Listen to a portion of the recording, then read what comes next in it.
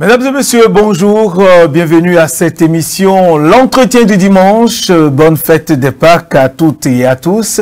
Le rendez-vous est pris, une fête de Pâques que nous fêtons dans un contexte bien spécial. Nous allons en parler et pour ce fait, nous avons invité ce dimanche le vicaire général de l'archidiocèse de Cotonou. C'est avec lui que nous allons passer ce temps. Père Roger Serrault, bonjour. Bonjour, monsieur le journaliste. Merci de répondre à notre invitation. C'est moi qui vous remercie. Ah, très bien. Le Père a pris cette disposition. C'est un très bel exemple que vous nous donnez.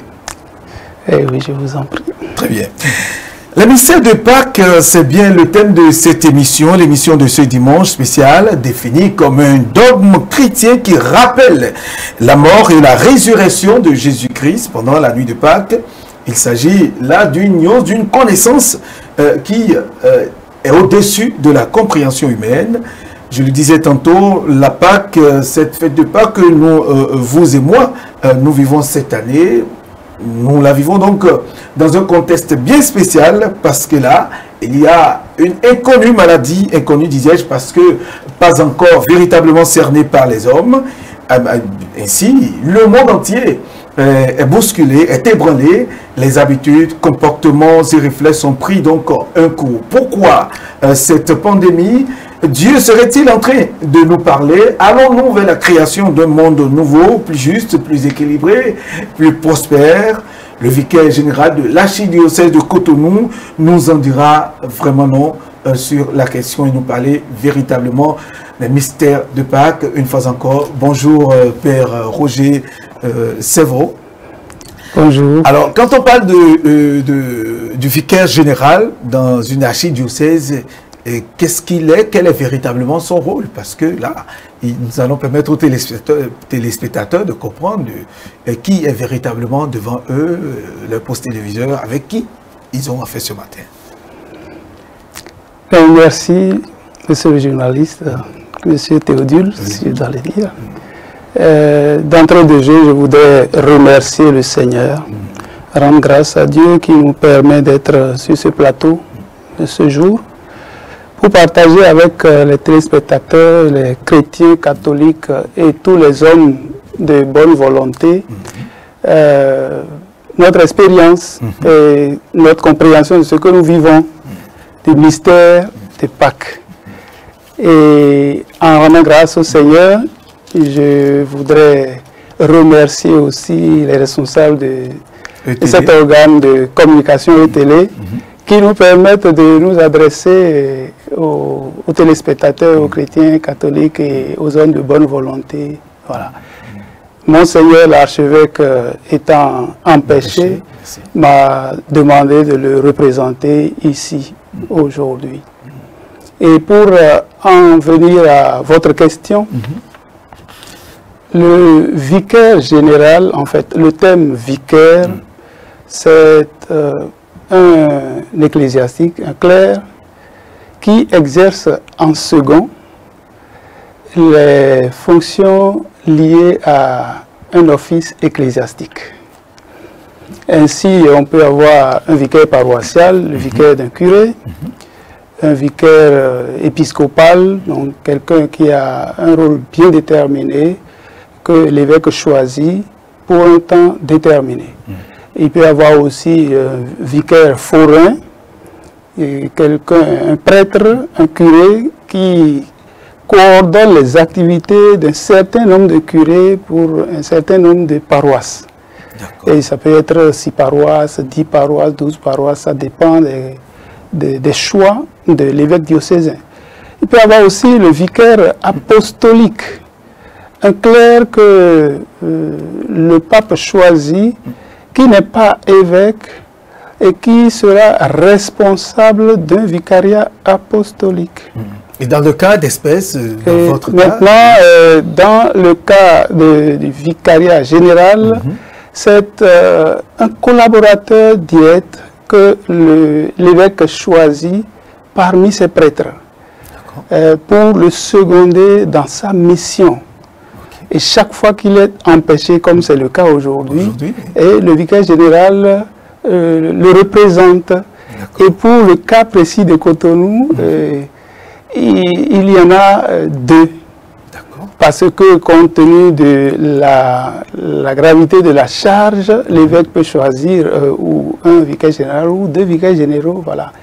Ici à Cotonou, nous sommes deux. Moi, je m'occupe de la coordination de la pastorale au niveau des paroisses de l'archidiocèse de Cotonou. Et mon second, lui, s'occupe de coordonner les activités de la curie diocésaine et tout ce qui est institution et structure dans le diocèse de Cotonou. D'accord. Voilà. D'accord. Merci de nous avoir apporté ces éclaircissements. On en a besoin, les téléspectateurs en ont besoin pour comprendre. Alors, revenons donc au menu. Les mystères de Pâques. Quand on parle de mystères de Pâques, qu'est-ce que le chrétien peut comprendre des mystères ou du mystère de Pâques? Père Zéro. Le mystère de Pâques. En fait, il faut expliquer les termes. D'accord. Quand nous voyons Pâques, c'est écrit de deux manières. Pâques au singulier et Pâques au pluriel. Ce n'est pas que, c'est-à-dire, on met à Pâques un S à la fin, non pas parce qu'on dit, c'est pas pour ça qu'il faut dire les Pâques, mais on dit toujours la Pâque. Et c'est pour faire une différence. La Pâque au singulier, donc sans S, fait référence à la Pâque juive. La Pâque telle que c'est vécu avec le peuple hébreu. Le terme hébreu alors était un terme péjoratif. Ils étaient en Égypte et nous connaissons l'histoire. Ils sont allés en Égypte, ils ont prospéré, ils sont devenus très nombreux. Entre-temps, Joseph les avait précédés en Égypte.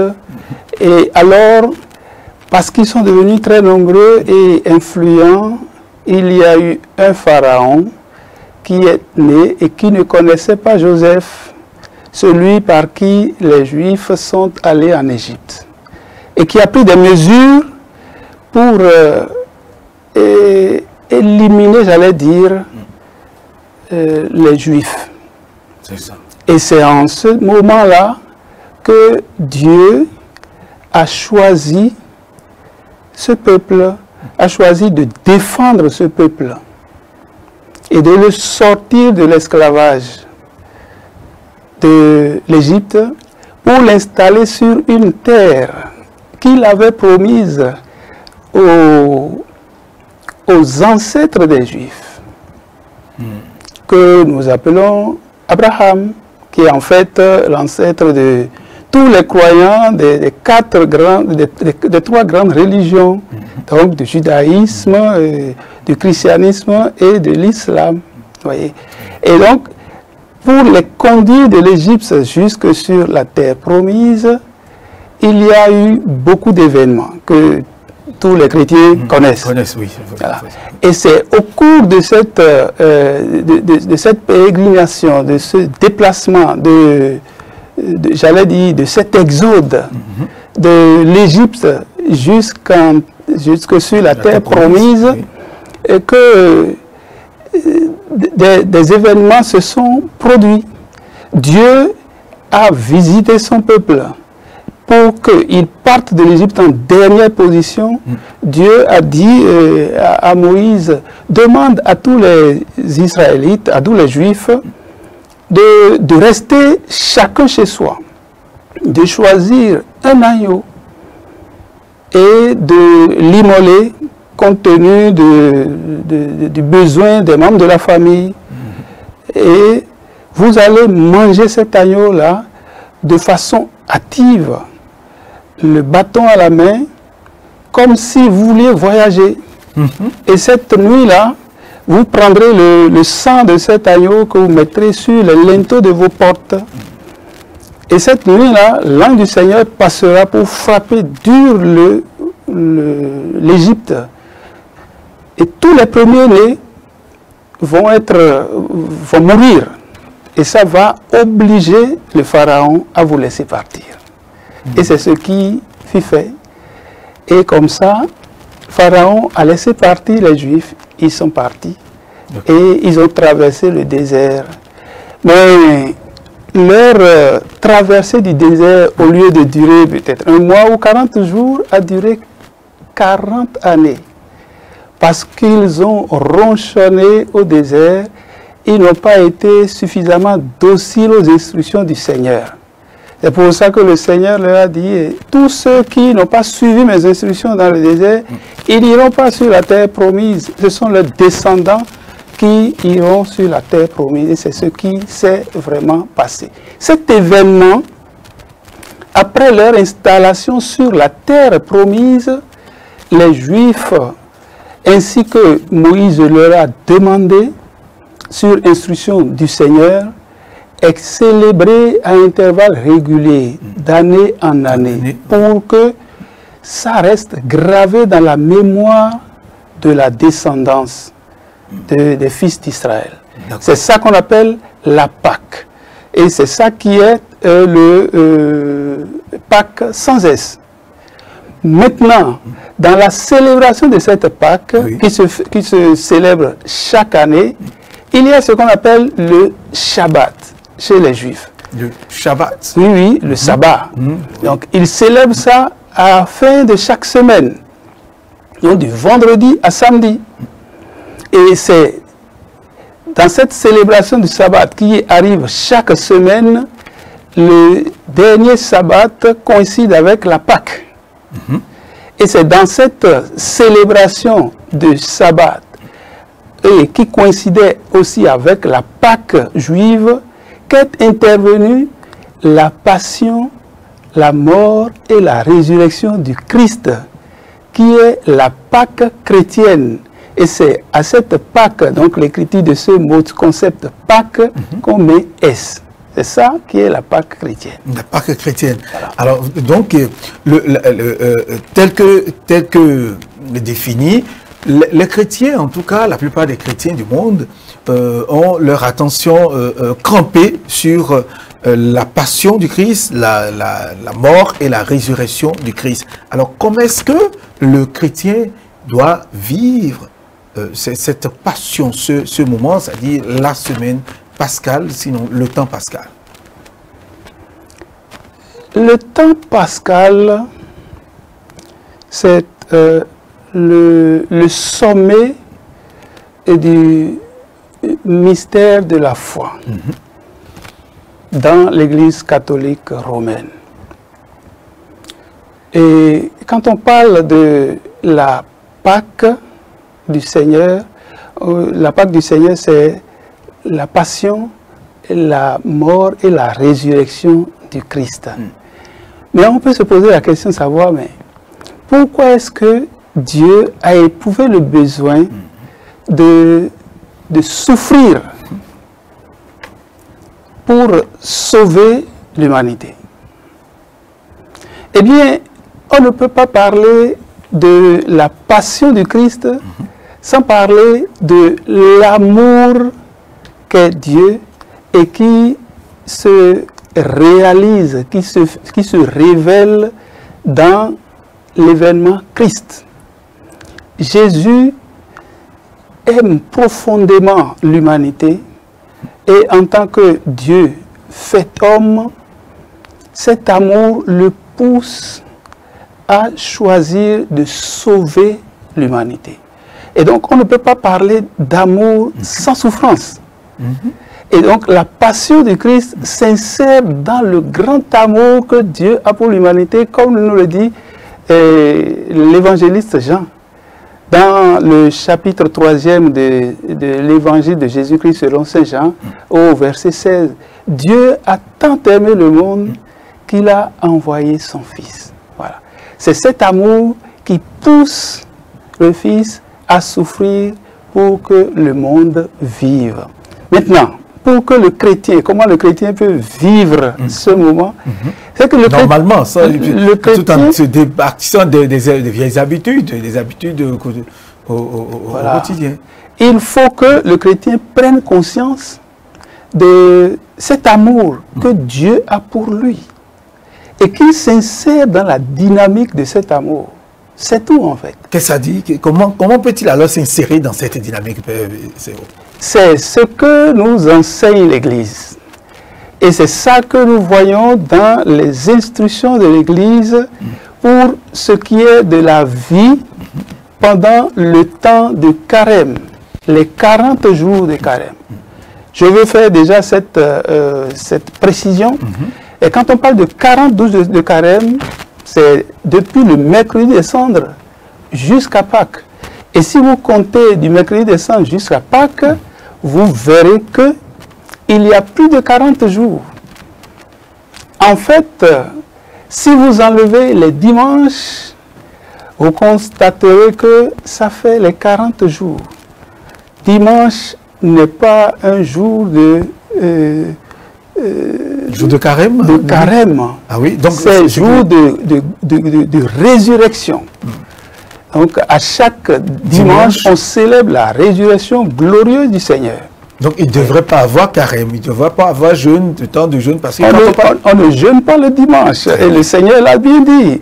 On ne peut pas jeûner quand l'époux, les invités ne peuvent pas jeûner quand l'époux est avec eux. Quand l'époux leur sera enlevé, ils jeûneront. Le dimanche, on célèbre la résurrection du Christ, et donc c'est jour de joie. Et c'est pour ça que l'Église, dans sa sagesse, c'est parce qu'elle est mère et maîtresse, a sorti les dimanches pour que les 40 jours restent. Maintenant, ce que nous devons faire, ce que le chrétien doit faire pour bien vivre le temps de Pâques, pour bien vivre le mystère pascal, est recommandé pendant ces 40 jours. À savoir, et ça, on le dit en Exode, le mercredi des cendres. Le chrétien doit vivre le partage. Et le partage qui est rendu possible par le renoncement à soi et le renoncement à certaines facilités qu'on a. Certaines habitudes. Alors, ça veut dire que, bon, quand je prends par exemple... j'ai l'habitude d'utiliser telle chose qui n'est vraiment pas nécessaire ou qui est nécessaire, mais je prends ça à outrance parce que j'en ai les moyens. Pendant le carême, je vais me priver d'une partie de ça. Et c'est ça qui me permet d'aider d'autres qui n'en ont pas du tout. Alors, ça veut dire que le jeûne rend possible le partage.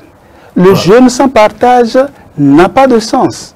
Et on ne peut pas partager quand on n'a pas mis de côté quelque chose. Donc, chaque fois que je me prive, je fais des économies. Et ces économies me permettent de faire le partage. Ou bien par moi-même, ou bien je confie ça à l'Église à travers les structures de la Caritas. Et c'est l'Église qui, à ma place, se charge de redistribuer ça à ceux qui en ont besoin. C'est ça qui fait la particularité de l'Église catholique et du chrétien. Ça fait la privation, qui est le jeûne, le partage, et puis la prière. Je parle avec Dieu comme je suis en train de parler avec vous, comme je parle à mes frères et sœurs téléspectateurs.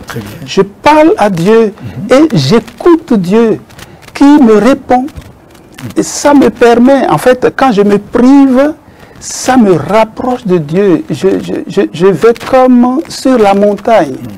Et je me retire. C'est pour ça qu'on parle de retraite. Je me retire et je suis face à Dieu. Et c'est dans ce face-à-face que, en regardant Dieu, en contemplant Dieu, même à mon propre, à mon insu, et je commence à avoir les attitudes de Dieu. Et donc, je deviens ce que je suis. Parce que nous sommes tous créés à l'image et à la ressemblance de Dieu. Mais nos mauvaises habitudes font que nous défigurons cette image. Le fait de me priver, de me rapprocher un peu plus de Dieu, me permet de ressembler un peu plus à ce Dieu-là. Et comme ça, je vis pleinement le mystère de Pâques. Et donc, il faut, pour vivre pleinement le mystère de Pâques, suivre les recommandations de l'Église à travers ce que l'Église nous enseigne pour vivre la période des 40 jours de privation, de jeûne, en fait de conversion. Et pour parler le langage de notre temps, ça nous permet de nous mettre en réseau avec Dieu. Voilà. Mettre avec Dieu, ça nous permet de nous mettre en connexion avec Dieu. Alors, l'autre aspect de cette période pascale, c'est bien la résurrection, et c'est, je dirais, c'est l'épilogue, la résurrection du Christ. Comment est-ce que le chrétien doit comprendre cette résurrection, Jésus ressuscité, puisque vous avez parlé de la passion, de la mort et de la résurrection, ce qui veut dire que si nous traversons normalement le temps pascal, en respectant les consignes de l'Église, il y a la résurrection, il y a de l'espoir, il y a l'espérance. N'est-ce pas, Oui, merci, mon frère Théodule. La résurrection du Christ, c'est un fait historiquement prouvé, même par des historiens qui ne sont pas chrétiens. Et donc, tout le monde le sait. Même si aujourd'hui, il y en a encore qui ne veulent pas la reconnaître comme une réalité. La résurrection du Christ est le mystère auquel les chrétiens s'accrochent et qui les aide à vivre leur vie de chrétien. Et au point où l'apôtre a dit, si le Christ n'est pas ressuscité, vaine est notre foi. C'est parce que le Christ est ressuscité que, chrétiens que nous sommes, nous croyons que, en suivant Jésus-Christ, en mettant le pas dans les pas du Christ, nous ressusciterons. Et c'est ce que nous disons chaque fois quand nous célébrons les obsèques chrétiennes d'un fidèle chrétien catholique. Et on dit, pendant que nous faisons la célébration de l'Absoute, on dit, nous chrétiens, nous croyons fermement que nous ressusciterons. Et le prêtre dit, c'est ainsi de cette foi que je bénis ce corps au nom du Père et du Fils et du Saint-Esprit. Voilà. Donc la résurrection du Christ est quelque chose de fondamental dans la foi chrétienne. Maintenant, on ne peut pas parler de résurrection sans la mort. La mort, d'accord. Et justement, il faut comprendre de quelle mort, quand on parle de résurrection, de la mort et la résurrection du Christ, de quelle mort parle-t-on? Mort clinique, mort physique ou mort spirituelle, ésotérique au niveau supérieur? Parce que forcément, il y a un message qui est véhiculé là. Oui, la mort du Christ, et il faut se libérer de toutes les considérations philosophiques et tout ça. C'est la mort telle que nous la connaissons. Et on ne doit pas parler de mort, ceci, mort. Le Christ est mort et véritablement mort. Sinon, rappelez-vous le test de l'Évangile. On a dit qu'il y a un soldat qui, parce que Jésus n'a pas été crucifié seul. Il a été crucifié avec deux autres. L'un à sa droite et l'autre à sa gauche. Mais à la fin de la crucifixion, parce que les crucifiés meurent plutôt asphyxiés. Parce que suspendu à la croix, on a du mal à respirer et puis on meurt asphyxié. Et il arrive souvent que après la crucifixion, quand on enlève les gens de la croix, il y en a qui reviennent à la vie. Alors pour les empêcher de vivre, parce que c'est une mort ignominieuse que d'être mort sur la croix, parce qu'il y a d'autres manières d'exécuter les gens en ce moment-là, mais on a choisi ça parce que c'est une mort ignominieuse. Vous êtes exposé à la risée publique. Voilà. Et donc, ceux qui sont chargés d'exercer cette mission, de remplir cette mission, après que les gens ont été exécutés de cette manière, les descendent de la croix et leur cassent les articulations. C'est-à-dire, on les achève en fait. Et quand ils ont eu fait ça avec les deux crucifiés, avec Jésus, arrivé à Jésus, le soldat, les exécuteurs ont dit, non, celui-là, on ne va pas l'exécuter comme on exécute les autres. Alors il a pris sa lance, un soldat a pris la lance et a transpercé le cœur du Christ. Et le sang a jailli de ce cœur. Un cœur transpercé, vous convenez avec moi, mon frère, que quelqu'un qui a le cœur transpercé ne peut pas vivre. Donc, comme ça, le Christ est bel et bien mort. Et dans le même texte de l'Évangile, on nous a dit que quand il a été descendu de la croix, un certain Joseph d'Arimathie a récupéré le corps, a demandé et a récupéré le corps. Et selon les coutumes juives, ils l'ont traité comme on traite les corps des Juifs et ils l'ont déposé dans un tombeau.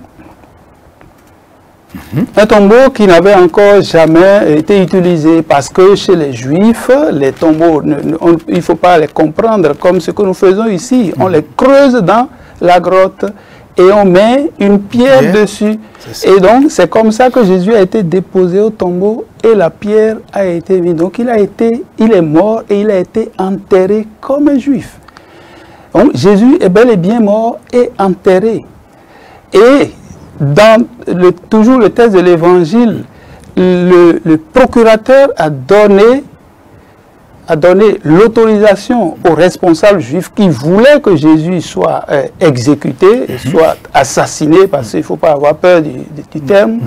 Et donc ils ont mis des soldats en action là pour vérifier, pour suivre tout ce qui se passerait, parce que Jésus a parlé de sa résurrection avant même de commencer le processus de la passion. Et donc, les soldats étaient là, mais le mystère de la résurrection a été tel que leur surveillance n'a pas été suffisante pour empêcher le Seigneur de ressusciter.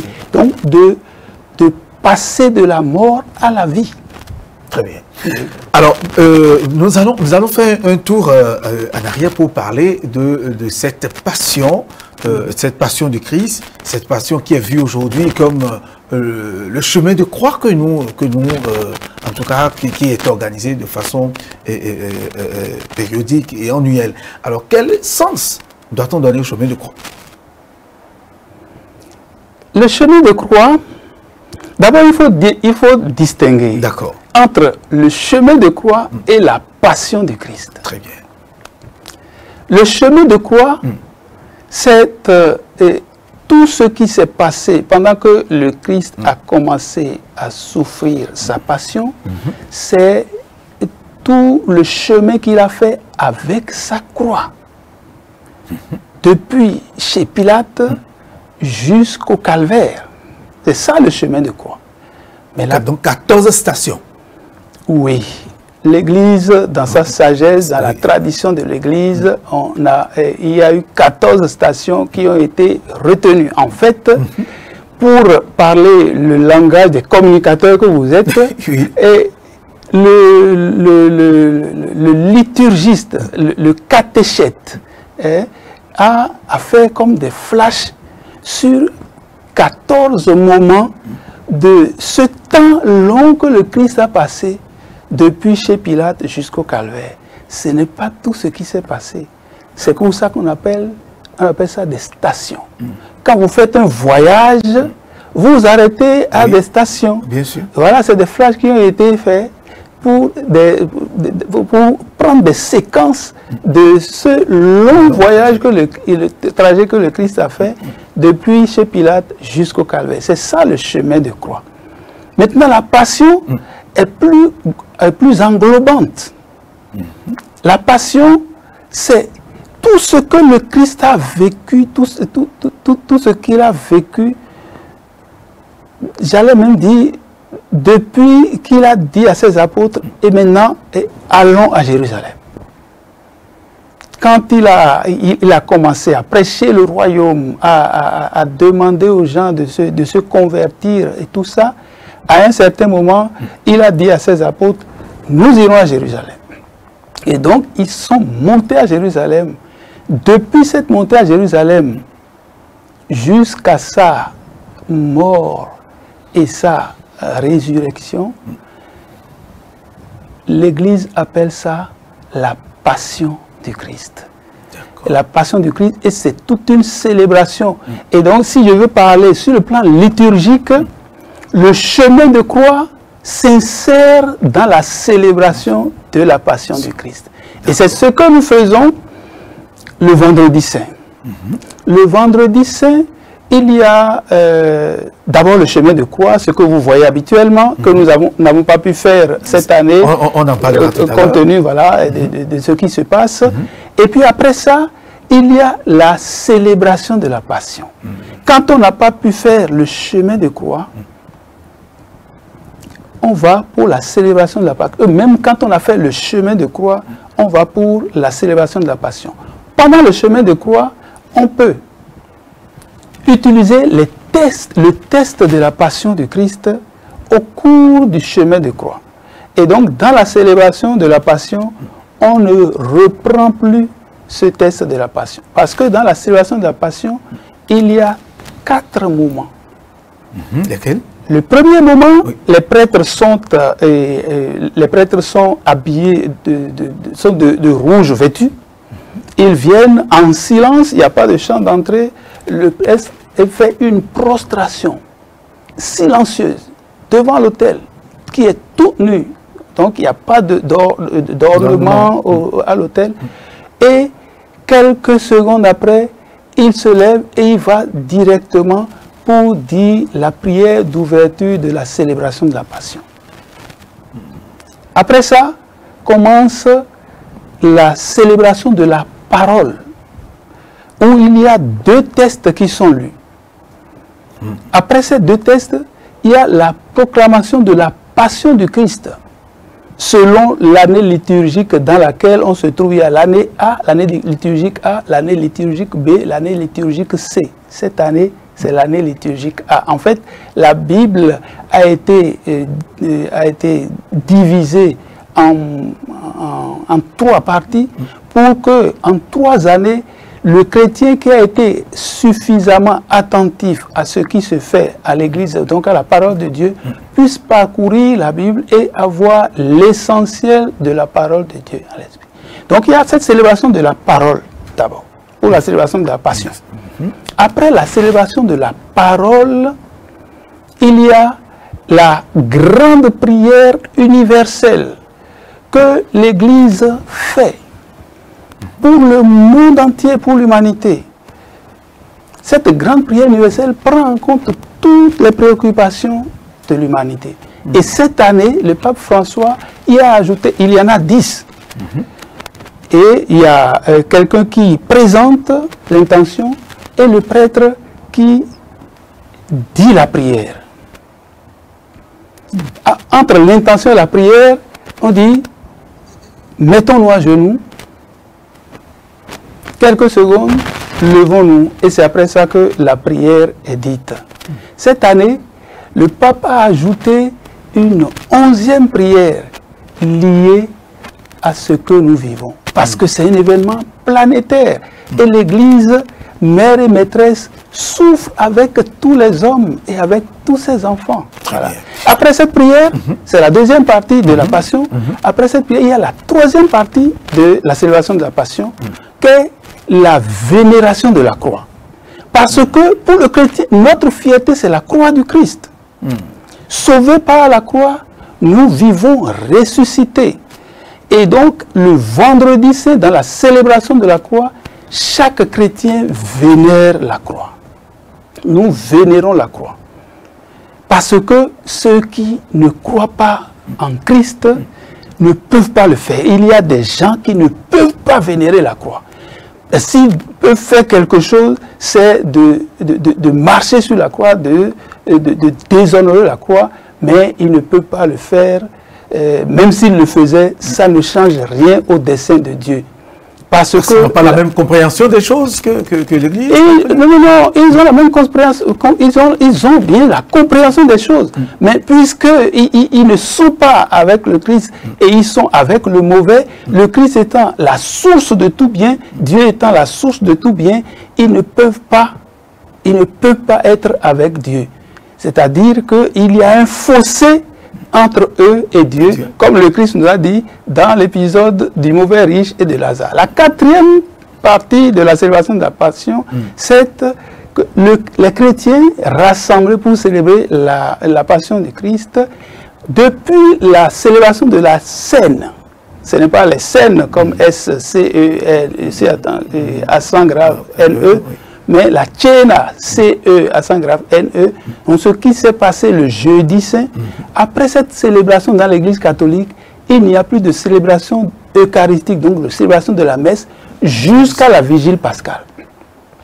Donc, la célébration de la Passion, ce n'est pas une célébration de messe.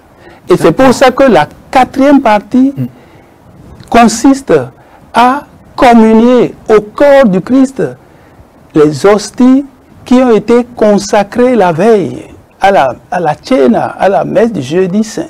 Et ce sont ces hosties consacrées, donc ce corps du Christ, que les chrétiens qui sont venus pour la célébration de la Passion reçoivent en communion complète avec l'Église. Voilà un peu comment on célèbre la Passion. Et tout ça se fait après la célébration du chemin de croix. C'est pour ça que je vous disais que le chemin de croix est une partie de la Passion du Christ. Très bien. Alors, vous l'avez d'ailleurs abordé, et ça c'est la deuxième partie de notre entretien de ce dimanche de Pâques. Vous l'avez dit aujourd'hui, sinon depuis quelques semaines, le monde entier est bouleversé, ébranlé par cette maladie qui est venue changer les habitudes. Alors, quelle compréhension l'Église catholique du béni et du monde a de cette maladie? Quelle leçon l'homme, dans son essence, doit tirer de tout ce qui s'est passé aujourd'hui? Depuis quelques semaines, les églises sont fermées, il n'y a pas eu les célébrations normales, on n'a pas vécu la période pascale comme on en avait l'habitude. C'est quand même étonnant. Père Vidal, quelle compréhension l'Église catholique peut d'abord avoir, et l'homme aussi peut avoir de ceci? Merci beaucoup pour cette question. Vous voyez, votre question me rappelle une citation de la parole de Dieu. Tout concourt au bien de ceux qui aiment Dieu. La pandémie du coronavirus est venue pour recentrer un peu le comportement du croyant, j'allais dire. Le comportement du croyant. Recentrer le comportement du croyant. Je dis bien comportement du croyant. Je ne veux pas dire comportement du chrétien parce que j'exclurais tous mes autres sœurs et frères des autres confessions religieuses. Mais c'est le comportement du croyant, même j'allais dire le comportement de l'homme. Cette pandémie nous rappelle, comme nous l'avons déjà lu sur les réseaux sociaux, que normalement il n'y a pas de classe. Les différenciations que nous faisons, voilà, c'est telle classe sociale, c'est telle autre classe, ça c'est telle, il est de telle race, il est noir, il est jaune, il est rouge, il est blanc et consort. Le coronavirus nous ramène à l'essentiel. Que nous soyons noirs, rouges, jaunes ou blancs, nous sommes hommes et c'est tout. Que nous soyons chrétiens, que nous soyons musulmans, que nous soyons adeptes de la religion traditionnelle, nous sommes croyants. C'est ce que le coronavirus nous dit. Et puis, entre-temps, nous avons l'habitude de vivre, pour ce qui est des chrétiens, bon, il y a les célébrations que nous vivons et tout ça. Les célébrations, c'est quoi? Les célébrations nous montrent ce qui se passe de façon invisible. C'est pour ça que depuis que le coronavirus est intervenu et qu'il n'y a plus de célébration de la messe, on parle aux chrétiens de la communion spirituelle, qui ne doit pas être évacuée pendant qu'on faisait les célébrations fastueuses. Et c'est la même chose pour le croyant de la religion traditionnelle, des religions traditionnelles. C'est la même chose pour nos frères et sœurs musulmans. Vous voyez,